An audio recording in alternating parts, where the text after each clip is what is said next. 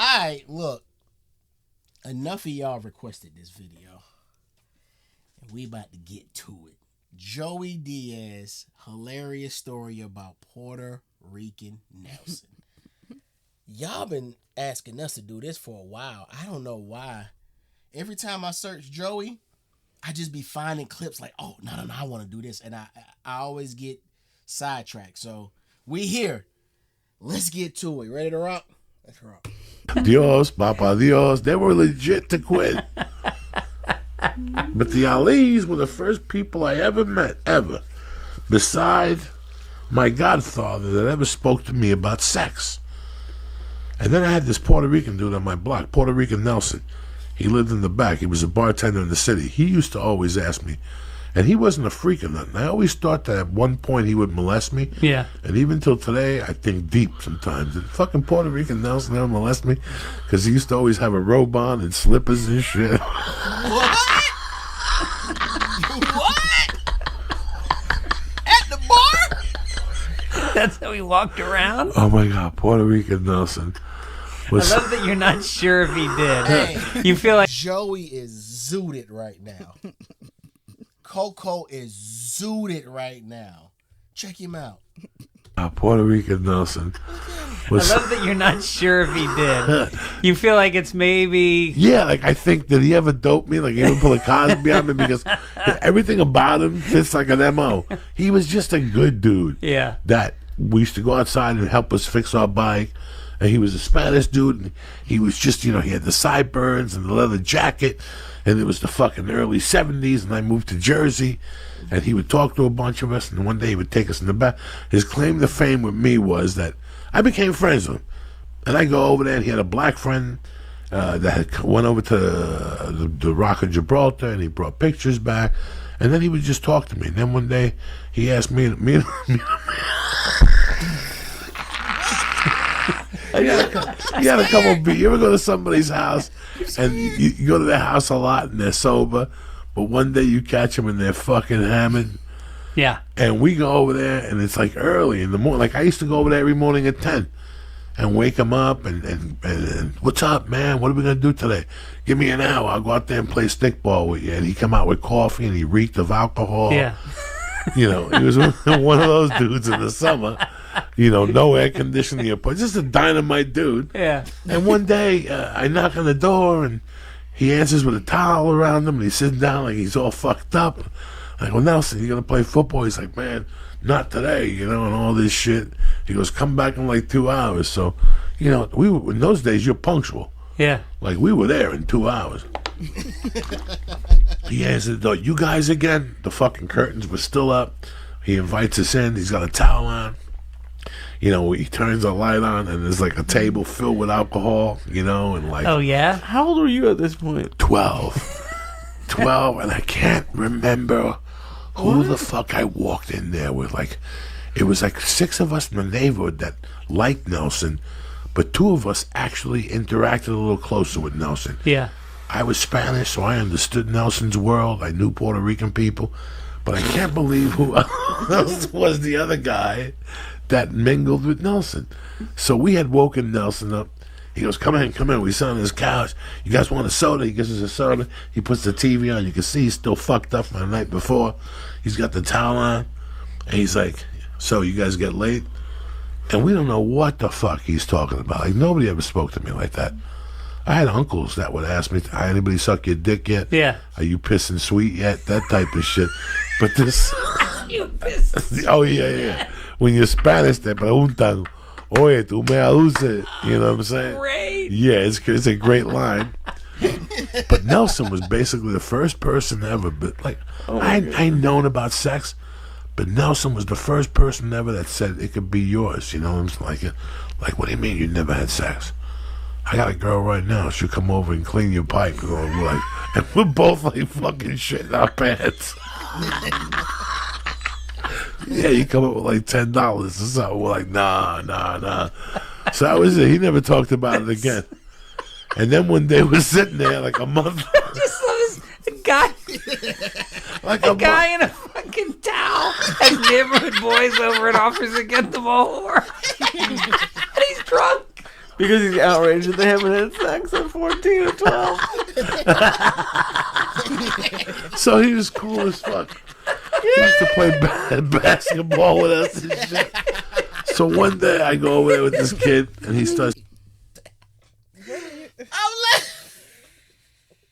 I'm laughing because they so high. Oh. And I know why they're laughing. Oh my God, hold on. I gotta prepare myself. I feel like he said enough, but I gotta prepare myself for this. Basketball with us and shit. So one day I go over there with this kid and he starts telling us. What's his name again? Puerto Rican Nelson. We go.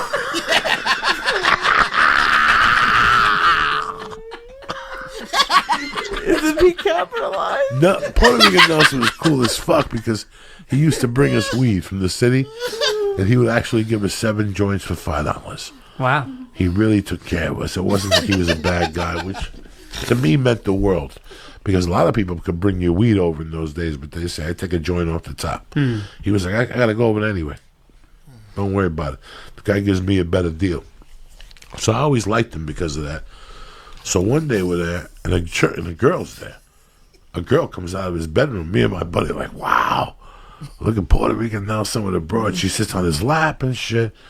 And he's like, yeah, this is my girl. And he's feeling her up. And he's making out in front of her. And feeling it. Wait a minute, bro. This it's a little creepy. It is creepy. It's a little creepy. It's a little spooky.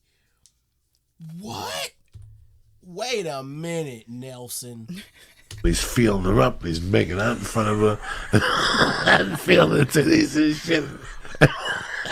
And me and my buddy are frozen. Like, we're just, I can't remember who the fuck it was. So, Wow. boom, How old was this guy? This guy had to be 28 and the bro was like 21. But he was one of those, he had to be 26 maybe. He was from somewhere else and he lived there. This is before the computer and before Neighborhood Watch and before... and no one was freaked out by a pack of 12-year-olds hanging out with them? No, because in those days, a lot of parents came out and played with kids. And I know, that's different now. See, it's different now. I would never be able to play with a random kid in my No, neighborhood. so everybody knew him for the neighborhood. And in those days, we wanted to go into the murky waters. Yeah.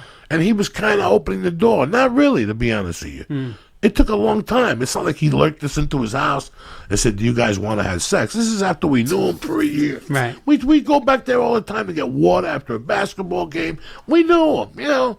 But now he knew we were growing up and he knew what our needs were.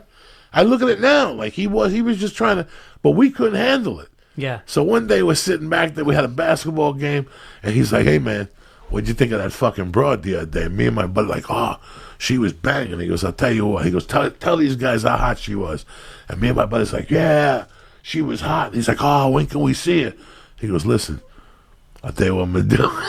He goes, listen, I'm going to fuck her tonight in the living room, and I'll leave the window open. You guys can come by and listen.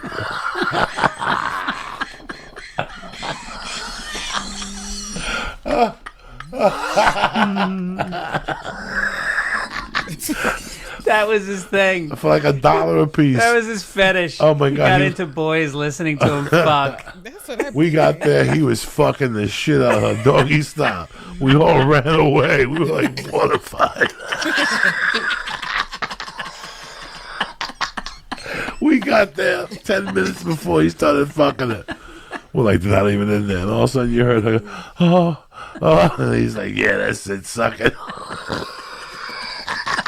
We tried to look. There must have been 8 of us trying to look at that window. We just heard them fucking, and I heard meat. Like, that's the first time I heard balls. Yeah. And we ran out of there, dog. And the next day, he's like, did you guys come by? said we heard meat.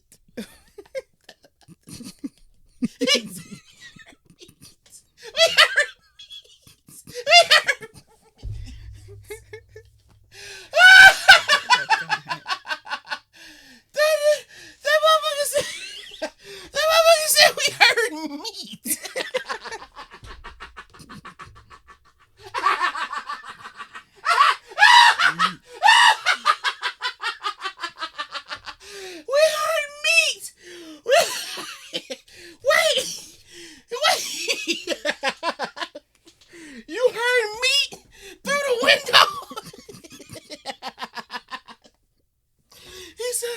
said we heard meat. You know, balls.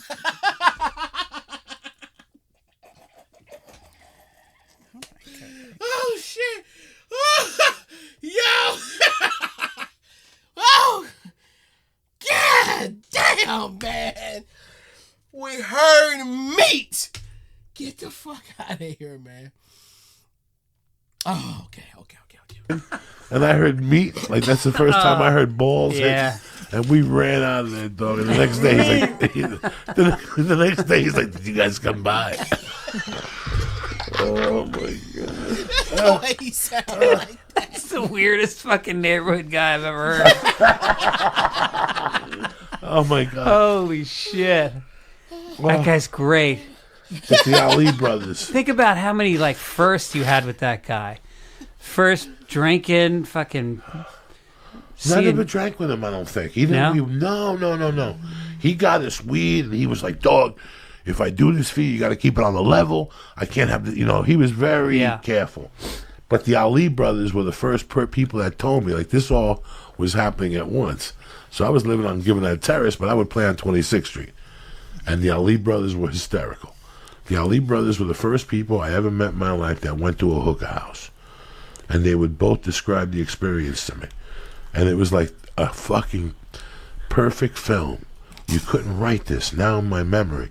Because Juan Ali was very intelligent. And he would say, yeah, you give them $10. And you go in the back room and they fucking take your shoes off. And they take a bucket out and they wash your dick. And they get on the bed and they ask you, what do you want to do? If you want a 69, and we do everything. And we do everything. We're there for like an hour. We eat them. They give us a massage. The whole when you're fucking 12 and a 13-year-old's telling you this shit, your mind, it's like Pink Floyd the first time. Yeah. You go home and think about that shit and think about the possibilities. Like, maybe I'll go over there, I'll put on my best suit. I'll get $10 and see what the Bronx has to offer. Are you fucking kidding me? But every Monday, there'd be a circle around these two. And they'd be telling us all their sexual escapades, Ali brothers. Until I hit right next to where they lived was a company called Duratest. And they made light bulbs. All sizes. They made these things. But the best thing for us as kids was when they made the Office, the skinny long ones. Yeah. Oh.